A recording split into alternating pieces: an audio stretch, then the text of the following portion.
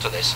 Best estimates suggest SDLT, stamp duty land tax, lets the Treasury hang on to £6 billion a year, but only 20 years ago it raised just 600 million. The fact that thresholds have not moved with property prices is one reason there's now calls for a change. I know there's a lot of politicians out there who do accept the fact that stamp duty and the way it is levied is well past its sell-by date, so maybe not get rid of it, but there certainly needs to be substantial reforms to it. The charge against it's threefold. First, what's called the slab approach, where if you buy a house that's just a pound over 250,000, you'll pay 3%, not 1%, on the entire value of the home.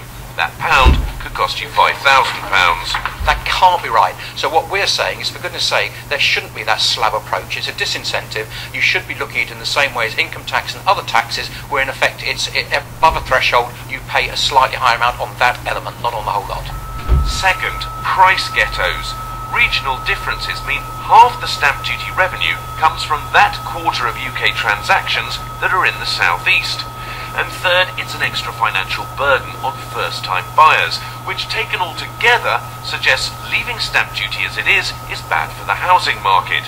Trouble is, with a cash-strapped government, it seems now is not the time to cut such a big source of revenue. The Treasury is the one that's raising the taxes, and we need those taxes to pay for public services. If we were looking at anything, it would have to be help for small businesses, those parts of the economy that are going to create growth. The Treasury's position is that any and every tax can always be under review, and all of them could be up for reform.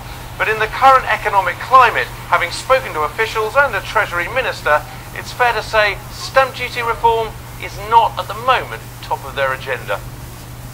That was Giles Wood, joined by the Tory MP Mark Reckless. We haven't got much time. We overran on the Europe discussion. We've had the news from Libya. Is it realistic to get rid of stamp duty in any way, given it's become over the years a huge money spinner for the Treasury? No, but I think two reforms are possible. One, I've been pushing to see stamp duty paid by people selling the very expensive houses. Most of them are avoiding that by putting houses into companies. Yeah, and if a company's not carrying on business, if it consists of a single property, then when it's sold, it should be taxed as a house. That's essentially not a London problem. Yes, but it would bring in quite a lot of money, and I think we also need to extend capital gains tax to non-residents. Both of those, I think, would make people at the top, in terms of the very expensive houses, pay a fairer share. But you get the non-doms. Yeah, but the other issue is the one you said in your clip of the, above 250,000. In my constituency of Rochester and Strood, many sort of family detached homes, are worth 250,000, 300,000, and it's very difficult to sell those, and many people have to take a price at 249,995 because of this cliff where it makes no economic sense to sell a house just above 250. Do you get any indication that the Treasury is at all interested in any of that at the moment? Potentially. I think the Treasury would probably want to do that in a revenue neutral way, which would mean charging a bit above 1% on ones immediately below 250,000.